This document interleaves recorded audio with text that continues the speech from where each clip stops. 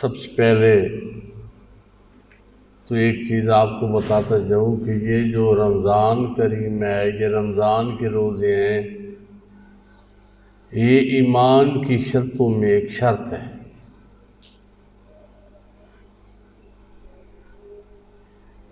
اور جس طرح نماز ہے، کلمہ ہے، نماز ہے، حج ہے، زکوٰۃ ہے، روزہ ہے، تو یہ 5 ارکان اسلام ہیں، ان میں روزہ بھی ہے۔ تو جو بندہ رمضان کریم کو پائے، بالغ ہو، اور وہ روزہ بغیر کسی شرعی حجت کے نہ رکھے تو اسلام کے ایک رکن سے منحرف ہو گیا۔ اسلام کے یہ جو بلڈنگ ہے، یہ جو ہے وہ 5 ستونوں پہ کھڑی ہے۔ آپ اس کی ضرورت اور اس کی آپ اندازہ اس بات سے لگا سکتے ہیں کہ سیدنا ابوبکر صدیق رضی اللہ تعالیٰ عنہ، آپ نے زکوٰۃ اس وقت کچھ لوگ نہیں دے رہے تھے۔ آپ کے زمانے آپ کی خلافت کے دور میں کچھ لوگ وہ زکوٰۃ سے منحرف ہو گئے، تو آپ نے ان کے خلاف جنگ کی اور فرمایا کہ میرے آقا پاک احمد مجتبی سیدنا محمد مصطفیٰ صلی اللہ علیہ وسلم کے زمانے مبارک میں جو اونٹ کے ایک رسی بھی دیتا زکوٰۃ میں، ابوبکر وہ بھی وصول کرے گا۔ تو سیدنا عمر بن خطاب رضی اللہ تعالیٰ عنہ انہوں نے عرض کیا کہ اے خلیفۃ الرسول، آپ تھوڑی سختی کم کریں۔ تو آپ نے پھر بڑا سخت جواب دیا عمر بن خطاب کو اور فرمایا اے عمر، تیری ماں تجھے روئے، اسلام سے پہلے تو اتنا سخت تھا، اور اب آ کے اسلام میں اسلام کا ایک رکن ہے زکوٰۃ، اور اس سے میں ہٹ جاؤں، یہ میری زندگی میں نہیں ہو سکتا، میں اس کو کسی صورت میں نہیں چھوڑوں گا، اور ایک رسی بھی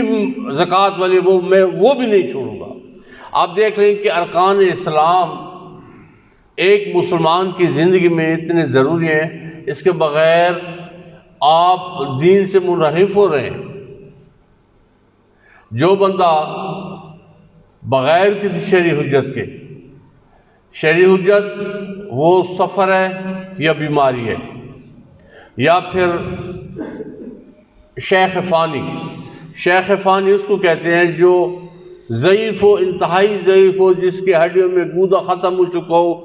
جو روزے رکھنے کی استطاعت نہ رکھتا ہو، جس کو یہ ہو کہ روزہ رکھوں گا تو میں مر جاؤں گا، وہ بری ہے۔ باقی کسی بھی یہ آج کل اس طرح کسی کو چھوٹی سی بیماری ہو گئی، روزہ نہیں جی، اسلام میں منع ہے، اسلام میں بالکل اس طرح منع نہیں ہے۔ ایسے لوگوں کو بھی دیکھیں گے جو شوگر کے بڑے سخت مریض پیشنٹ ہیں، پرانے پیشنٹ ہیں،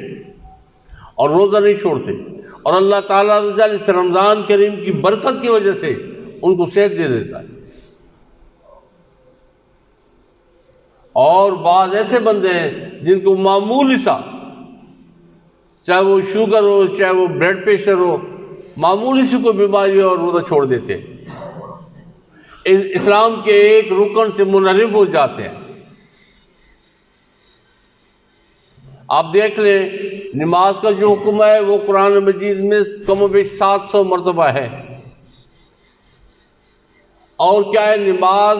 پورے سال میں ایک دن بھی کوئی نہیں چھوڑ سکتا۔ زکوٰۃ ہے، یہ صاحب استطاعت پہ ہے،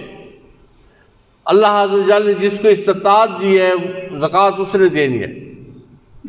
اور حج صاحب استطاعت پہ ہے، جس کو میرے رب نے استطاعت دی ہے، جس کے پاس اتنا مال ہے وہ حج کرنا چاہے اور اس کے پاس حج کرے، اس کے پاس مال اتنا سفر کے لیے آسانی ہو، پیچھے گھر والوں کے لیے آسانی ہو، اس کو حج لازم کرنا چاہیے، وہ صاحب استطاعت میں سے ہے، ٹھیک ہے نا۔ تو پھر رہ گیا صرف ایک روزہ۔ تو روزہ کیا ہے؟ سال کے 11 مہینے عیاشی کرتے ہیں ہم، میرے رب نے 11 مہینے کے لیے نہیں رکھا کہ سال پورا روزہ رکھنا ہے، صرف 30 دن یا 29 دن کے روزے ہیں ایک سال میں، اور بندہ وہ بھی ہڈ حرامی کی وجہ سے روزے نہ رکھے تو وہ سمجھ جائے کہ اسلام کے ایک رکن سے منحرف ہو رہا ہے۔ اور جس نے رمضان کے یہ جو رمضان کریم کا ادب ہے نا، کہا جاتا ہے کہ رمضان کریم کا ادب کریں، اس میں یہ بھی ہے کہ رمضان کریم کے لیے، رمضان کریم جس کے لیے یہ کہا گیا ہے وہ تو روزے ہیں، جب روزے ہی نہ ہو تو پھر ادب کون سا؟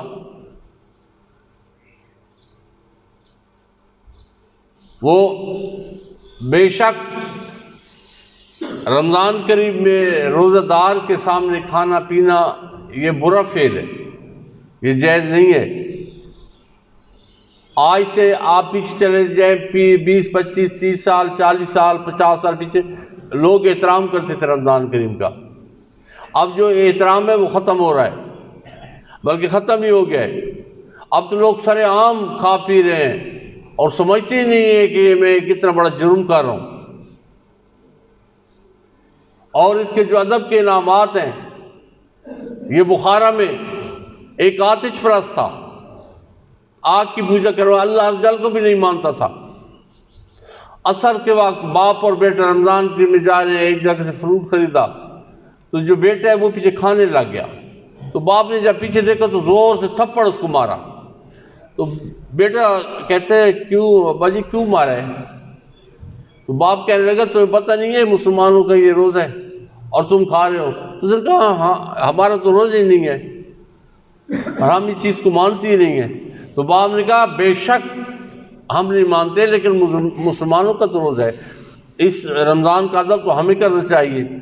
کہ جو روزے دار ہیں، جو پیاسے ہیں، جو بھوکے ہیں، ان کے سامنے ہمیں نہیں کھانا چاہیے۔ اسی رات فوت ہو گیا، اسی رات وہ فوت ہو گیا تو کسی نے خواب میں دیکھا کہ جنت میں ہے۔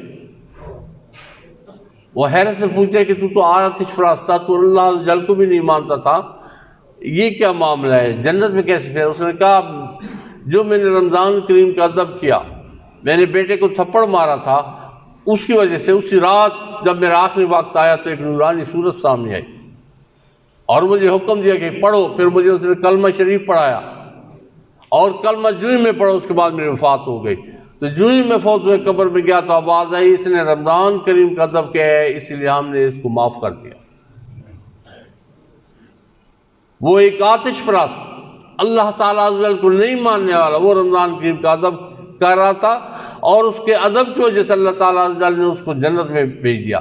تو ہم جو لا الہ الا اللہ محمد رسول اللہ پڑھ چکے ہیں اور جن پہ لازم ہے کہ وہ رمضان کے روزے رکھے، ایک روزہ نہیں رکھ رہے، دوسرا رمضان کریم کا ادب نہیں کر رہے، تو ہمارا ٹھکانہ کہاں ہوگا؟ دیکھ لیں پھر۔